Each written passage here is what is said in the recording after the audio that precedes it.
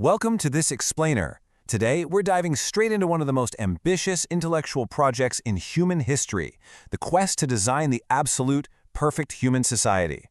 We're looking at the foundational work of the great medieval thinker Al-Farabi.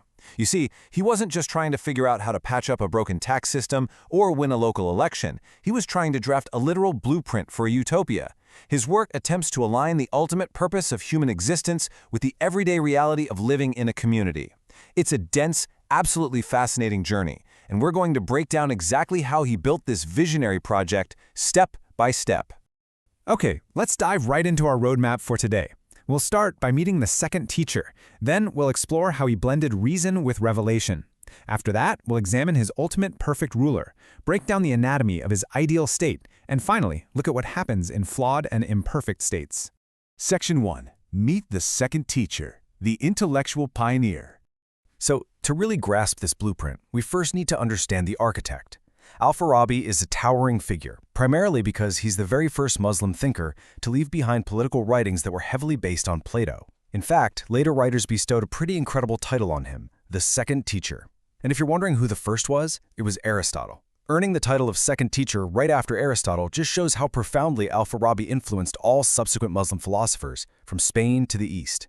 He literally paved the way for them to integrate Greek Hellenistic philosophy into their own worldview. Now, before you can build a society, you need to know its goal, right? For Al-Farabi, the ultimate end of humanity is happiness. But wait, he doesn't mean just feeling good on a Friday afternoon.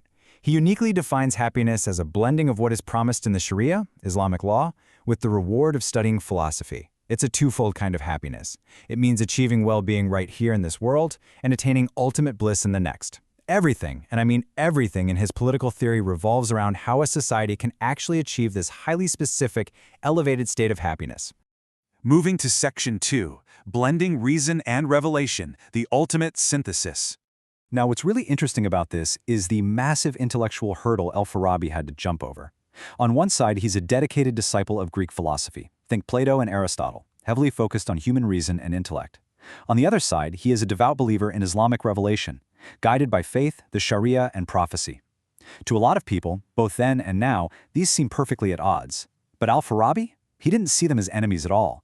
He saw them as two perfectly harmonized paths leading to the exact same truth about the universe. He firmly believed that the metaphysical truths discovered by Greek philosophers completely validated the teachings of revelation. Because of this massive synthesis, his approach to politics was pretty unique. He wasn't really interested in the nitty-gritty, day-to-day art of government. He wasn't writing a manual on how to pave roads or manage trade routes. Instead, his focus was predominantly theoretical and metaphysical. He was tackling the big one. How does an association of philosophy and government secure complete, transcendent happiness for humanity? Section 3. The ultimate perfect ruler, the architect. Okay, to build an ideal society, you need an ideal leader. And let me tell you, Al-Farabi's job description for the first ruler is nearly impossible for an ordinary human to fulfill. You are definitely not finding this person on LinkedIn. The ruler has to be a philosopher possessing absolute intellectual perfection. They must also be a prophet, endowed with a highly developed imaginative faculty.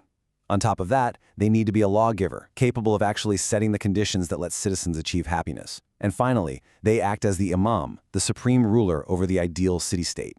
This is just a massive, mind-bending synthesis of Plato's Philosopher-King and Islamic requirements for leadership. So how on earth does one person achieve all of this? Well, Al-Farabi relies on a concept inherited from ancient thinkers called the active intellect.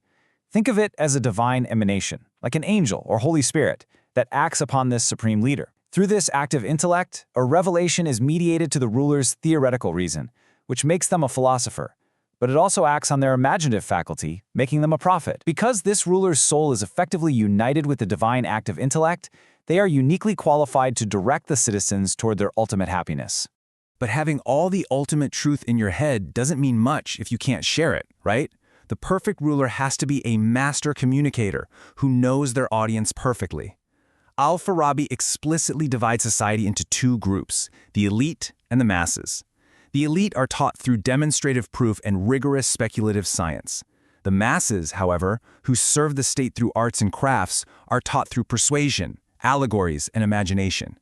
The ruler must know exactly how to adapt the ultimate truth into a format that every single citizen can grasp, depending on their natural disposition. Section 4. Anatomy of the ideal state. Building the utopia. So the crucial point is the blueprint itself, the al-Fadila, or the ideal state. Al-Farabi defines this as a state whose citizens actually help each other obtain the things needed for true happiness. And remember what we established earlier, true happiness for Al-Farabi isn't just material comfort, it's a state of the soul. It's about freeing the soul from matter and rising to pure spiritual perception. The entire function of this society is cooperative spiritual and intellectual elevation. It's a team effort. To make this concrete, Al-Farabi brilliantly illustrates this structure using a biological analogy. He compares the state to a human body. The ruler is the heart. They hold the absolute highest rank, the source of life and direction, whom nobody dominates. The organs nearest to the heart represent the high-ranking citizens. They take their orders from the heart, but they also rule over the organs below them. And finally, the farthest organs represent the lowest citizens, whose natural disposition is only to serve. Everyone is united in serving the ultimate purpose of the heart. When that happens, you get a perfectly healthy, functioning society. Now, you might be wondering, what happens if the ruler lacks wisdom? As beautiful as this system is, it's incredibly fragile. It hinges entirely on the perfection of the heart. Al-Farabi is very clear here. If true wisdom, true philosophy, is absent from the government, the state will gradually go to ruin. It's practically inevitable. Which brings us to Section 5, the flawed and imperfect states, the ruins. Because finding that perfect philosopher-prophet ruler is nearly impossible, Al-Farabi spent a lot of time categorizing exactly what societal failure looks like. He broke it down into 4 main types. First, the ignorant state, where people just don't know what true happiness is. They chase material things. Second, the vicious state. This one is fascinating. They actually have the right beliefs, they know what true happiness is, but their actions are totally ignorant. Third is the transformed state, which used to be ideal but got corrupted over time. And fourth, the state in error, where citizens hold entirely corrupt beliefs about God and the universe, usually because they were led completely astray by a false ruler. And this brilliantly illustrates how deeply he thought about this. He zooms in specifically on that first category, the ignorant state, subdividing it based on what the citizens are foolishly chasing. You have the state of necessity, just trying to survive. The vile state, hoarding wealth. The base state, entirely focused on games and sensory pleasure. Timocracy, chasing honor and glory. Tyranny, which exists just to dominate others. And finally, democracy. Yes, he categorizes democracy as an ignorant state because it's marked by everyone doing exactly as they please. However, he notes something really intriguing. Because of its absolute freedom, democracy contains both good and bad features. Because of that freedom, it's actually possible for excellent people, like philosophers, to spontaneously arise within it. Which leads us to one of the most fascinating and honestly poignant concepts in his entire philosophy, the nawabit. This translates to weeds or plants. These are the isolated individuals living in these flawed states who actually understand and strive for true happiness. But because their society's broken, they're completely isolated. They can't act as proper citizens because the state doesn't support their ultimate goal. They are excellent people, but they are essentially strangers in their own homeland, trapped in an imperfect world. So, what does this all mean for us? Al-Farabi's blueprint really forces us to look in the mirror. If our society is a body, who is the heart? When we choose our leaders, are we demanding the kind of intellectual perfection and moral virtue that directs us toward true happiness? Or are we living in an ignorant state, settling for leaders who merely aim for wealth, sensory pleasure, or the tyranny of victory over others? It's a profound metric for measuring the health of our own communities. Thank you for joining me on this explainer.